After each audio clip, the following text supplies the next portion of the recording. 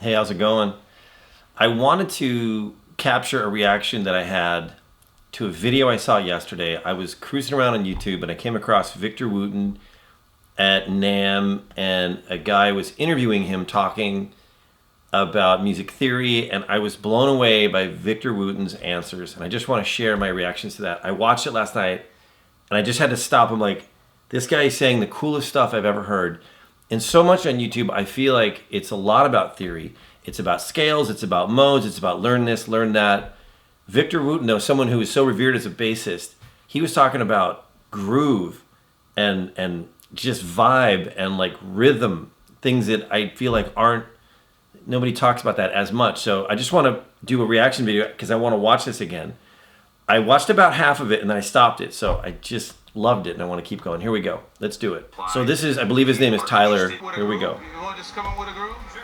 So check it out. This is the Hartkey booth at NAMM. He's just ready to go. So, and I knew nothing about Victor. I know that was a really, really good bass player, and bass players think he's incredible because he can rip. He just wasn't really on my radar. I want to stop and say, I'm not a guy that really loves bass players that can solo and go crazy. I respect that. That's incredible talent. I can't really do that.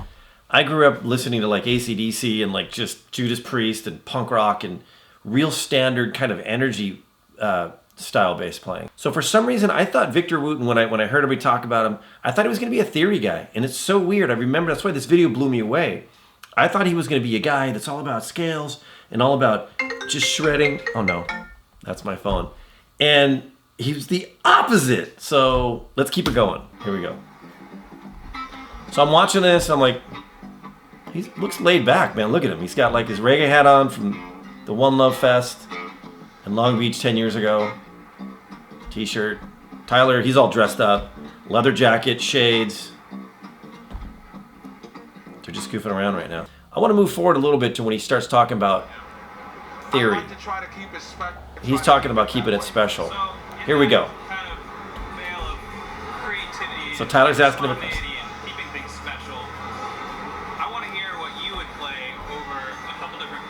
Okay.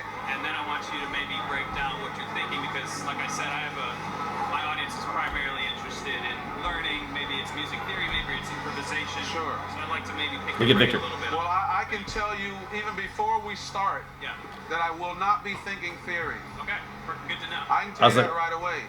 Tyler's like, oh, okay. If you were to say, I'm going to ask you a question, tell me what you're thinking about when you answer it. I will not be thinking, is it a noun? Is it a verb? Is it an adjective? A participle? I won't think English theory. I will see what your question means to me, and then I will answer it. Theory only comes in if there's a problem. Theory only comes in if there's a problem. It's so brilliant. A lot of people don't say that. Why is that? Why? He also talked about, if you ask me a question, he just cut him off. He goes, I am not going to be thinking about what I'm playing. That'd be like you asking me a question, Victor said, and me thinking about what word should I use, what letter, what kind of grammar should I put together. That's perfectly said, man. No one's ever said it, and I don't know how to say that. I was raised without lessons. I took a couple early on and I quit. The gentleman didn't really seem interested in me and asking me anything or being connected, so I just went ahead and started my own garage band.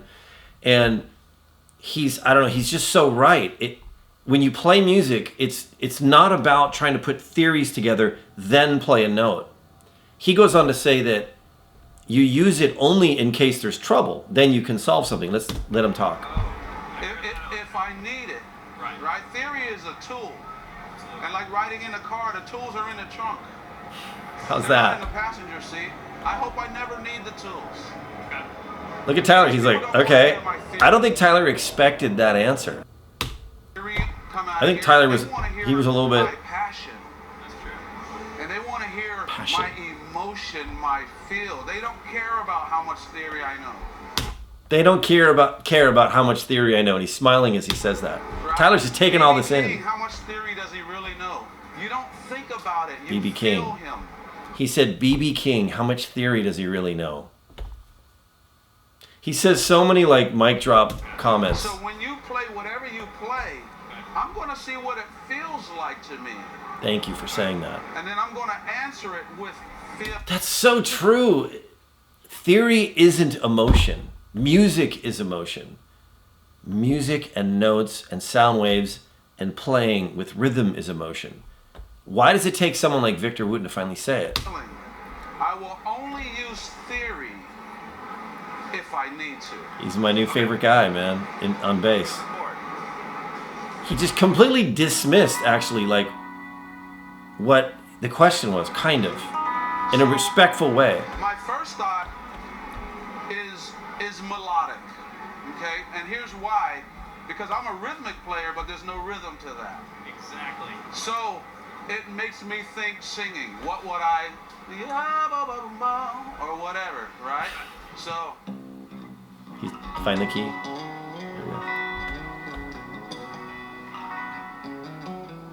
Okay, this is good right here. This is the title of the video. Playing Wrong Notes with Victor Wooten. Here it comes. Keep listening. Not yet. That one. See, you pointed. Yeah. So that chord. Now here's where theory can come in, even though I'm not thinking it. But you learn theory so much, so well that you don't have to think about it. You're using it but not thinking about it. So that chord is what I would call in a major chord. Yes. So I can do, re, mi, fa, sol, la. And when I do that, everyone. So I just want to stop and say, I don't think I even got close to the amount of theory that I'm sure Victor Wooten knows. But I probably know theory in my own way by playing for so long and learning songs and seeing how things go together in shapes. So obviously I know some music theory, but I just love the way he broke it down, that it's more about a feeling. And he talks about breaking the rules right now. Will go, that's really, really, really nice. That's really nice. But as soon as I play one of the 5 notes that aren't in that key. The one I pointed at. Right. Mm-hmm. You pointed at it and it got your attention, not because it was right, but because it was wrong. Look at it. See the way he said that? Because it was wrong. Like, look at the emotion in his eyes when he says this. It got your attention, not because it was Victor. Right, but because it was wrong. So we learn theory in order to be right, but the coolest part that gets your attention is the wrongness. Absolutely true. One of my favorite notes of all time is on Golden Slumbers, the Beatles. It's a note, I believe it's E. I'm not positive. Could be F. Anyways, it's a note that he plays, that Paul plays, that literally goes out of tune a little bit. For some reason, I don't know why. Honestly, I don't know why. I could maybe relate it to the fact that I listened to that song when I was a kid in the living room on the carpet. I was playing that record, I'd watch my mom do the dishes, and the music was ringing, and I was looking at her, and just this beautiful memory of love, and music actually taught me love, I would say. The one place, where do you learn things from? Your family too, your mom, your dad, maybe your brothers and sisters, I don't know. But I feel like I learned like what love might be from some music, from some of the Beatles music and other music that I loved. But that one note, you feel it go out of tune. It has an effect on me. It makes the hair stand up on the back of my neck and on my arm. Victor's right. Notes that are in tune, la-di-da, don't do that. They let the song go ahead and they let you tell a story. But he's right on a note that's like, ooh, it really can like pull you out and make you pay attention like he did if it's a wrong note. And I don't know why that is. Not in the key, you went, ooh. Right? So we need to learn theory well enough that we can be wrong with it. Because it's the wrongness that grabs your emotion. Right. That's what I just said. The right notes, cool. Because he made me feel it when I first saw this video. Yeah. I stick a wrong note in there. Yep. So Paul McCartney. And they probably could, today it probably would have been fixed with auto-tune or something, or, probably not, but that's what would happen now. They would clean everything up and they would take all the life out of it. But a note that was just, when notes are not perfectly in tune, the sound waves start to move, they're moving along, but if they're off, they move, and that's what he's talking about. That's the emotion. So I think I'm coming up on not knowing what happens after this. Absolutely. So when you're playing, I say... This is a long video. If anybody's sticking with me, you're awesome. I love this. That's good advice. So, opposite end of the spectrum now. Yes. Okay, here we go. See? Now look. That's what I feel, right? I hear the key's not important, right? Nobody hires me to play the right key. They hire me to make your gent groove. So immediately, I let my body do this, right? This doesn't make me think the same. I'm not going to answer your question the same way I did before. Right. Now, this is telling me to get underneath. Excuse me. The first thing wanted me to get on top. So check it out. See, he's getting all these feelings when he hears something, and I agree with that. It's not about theory. There's so much more to it. Theory's fine to learn why things go together and why they don't, but he's talking about all these great things that I just think people should hear about who are learning music or who want to get better at music. I don't know what key. I don't have perfect pitch, but I don't care. I don't either. Because you're not going to dance to the key. That's it right there. That one. That's my favorite quote. You're not going to dance to the key. You're not going to dance to the key. Exactly. It's more about all the other things. You don't dance because it's in the key. You dance to the groove. Yeah. So I'm going to do my best to play the wrong note, but I'm going to make it groove. I start here. So no matter what note I play, right? That's wrong. That's right. It took me one note to know where I was, but you don't care. That's right. Listen. People don't care. Listen. I was totally out. These are all the notes. You tell Those are me getting which better. one is wrong. None. You know, watching them and the joy they're doing, I have to relate it to some of the Sugar Ray touring and shows we would do. Stan and Rodney had an early rule from their previous band. No matter what happens, if you make a mistake, don't let them see it. Be a professional. Stand there. Don't be fake, but just fight through it and just sit there and just be like, yeah, man, that was meant to happen. Yeah. And just be stoked. He's sitting there going like, do you guys know? What's a bad note? Do you know? And I'm like, yeah, he's right, man. People don't know. They look at you. Are you having a good time? That will tell them. All the notes are right. Yeah. But it's the context that makes it right, not the pitch. We teach you pitch. We should be teaching you context. Where did this guy come from? You can put any note into that groove context and it'll work. What is one of your God, that's so intelligent. He's saying that at any note, a wrong note is right if you put it in the way he played it. favorite three-chord chord progression? Yeah, I don't know any more from here. Chord progression. I haven't seen this. Wow. I don't know. What the main thing is that if I groove hard enough, I can play any note. That's what I just said. That was literally my experience in Sugar Ray, playing and touring around the world and whatever we did. That was the rule that I said that Stan and Rodney brought forth from their previous band, saying, no matter what happens, man, just keep smiling and keep rocking to the crowd. They're not going to understand if you broke a string or you played one note out. They don't know that. They really don't.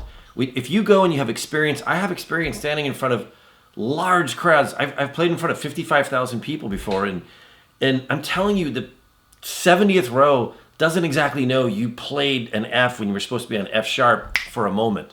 Don't let it affect you. Don't be so self-absorbed that you need to go like, oh, I made a mistake. No, man. If you're a musician, for me, it was about being a showman too. It's about being an entertainer. It's not just about the music only, especially live. You have to, there's a crowd there for you, and they came to see you, and they paid, and they bought their overpriced beer, and they got, or their soda, or whatever they bought, and they're sitting there, and they want to have a good time. When a band comes to town, the crowd wants to have a good time. They're not there, this is a big thing too that I realize, they're not there to see your faults. They're your fans. They are there to have a great time, to have you help them, but they're already ready to have a good time. So realize that. Get out of your self-absorbed, how good am I playing? Get on the front of the stage. I mean, look, I was back a lot too, and I would groove with Stan and the drummer, and I would kind of be low-key. Mark would be doing his thing, just killing it out front, so I could like go. But often the best time is when you're up at the front, you're engaging with people, way over there, or whether you're in a small club, whatever, it doesn't matter. That's what it's about. It's not about playing it perfectly, and he just said it.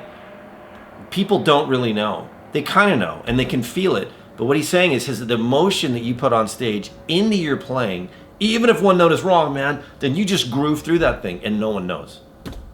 And they love it. Guaranteed, I can play any note. Let's hear it one more time. The outro of this summary. Well, what the main thing It's is getting that bright, isn't it? if I groove hard enough, I can play any note, and you will like it. If I groove hard enough, I can play any note and you will like it. Guaranteed, I can play any note.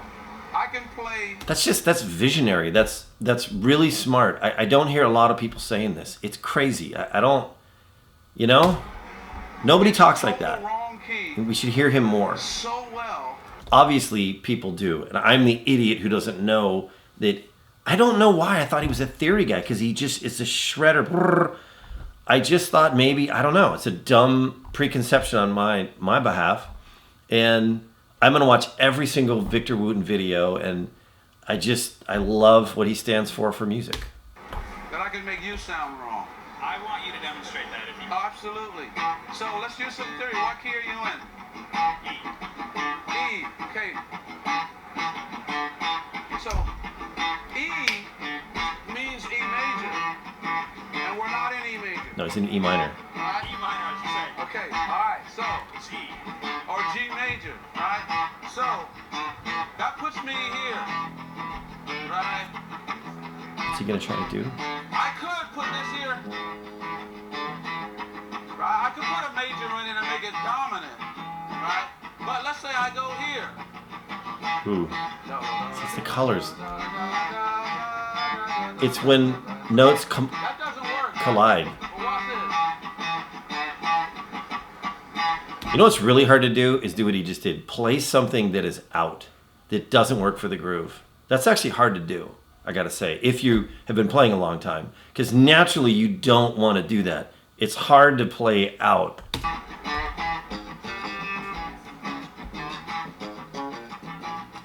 He's playing in groove, but out of notes.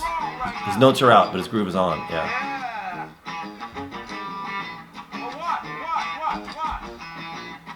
This is going to make him sound better. Watch.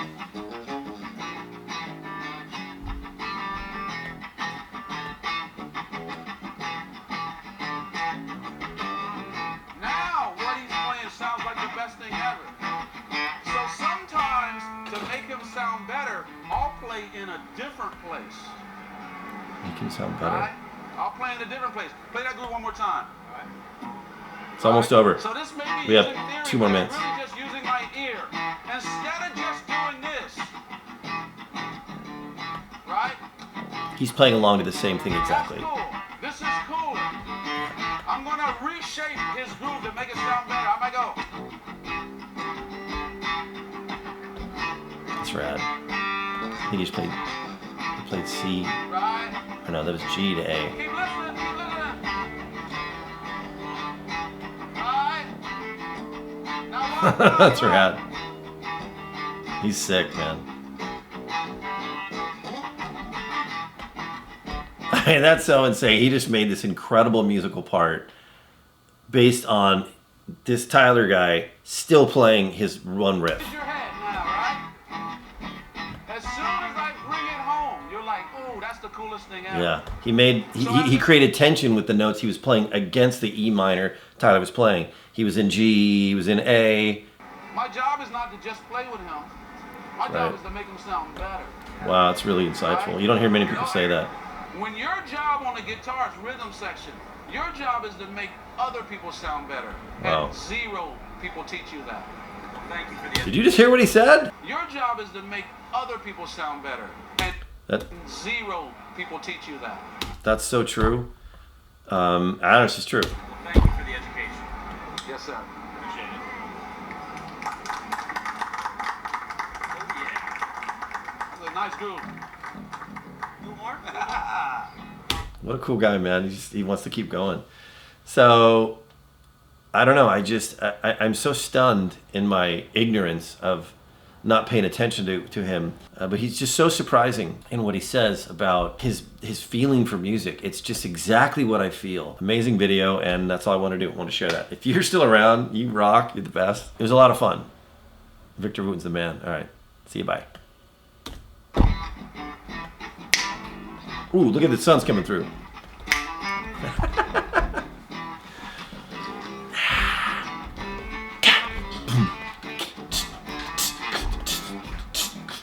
Maybe 60.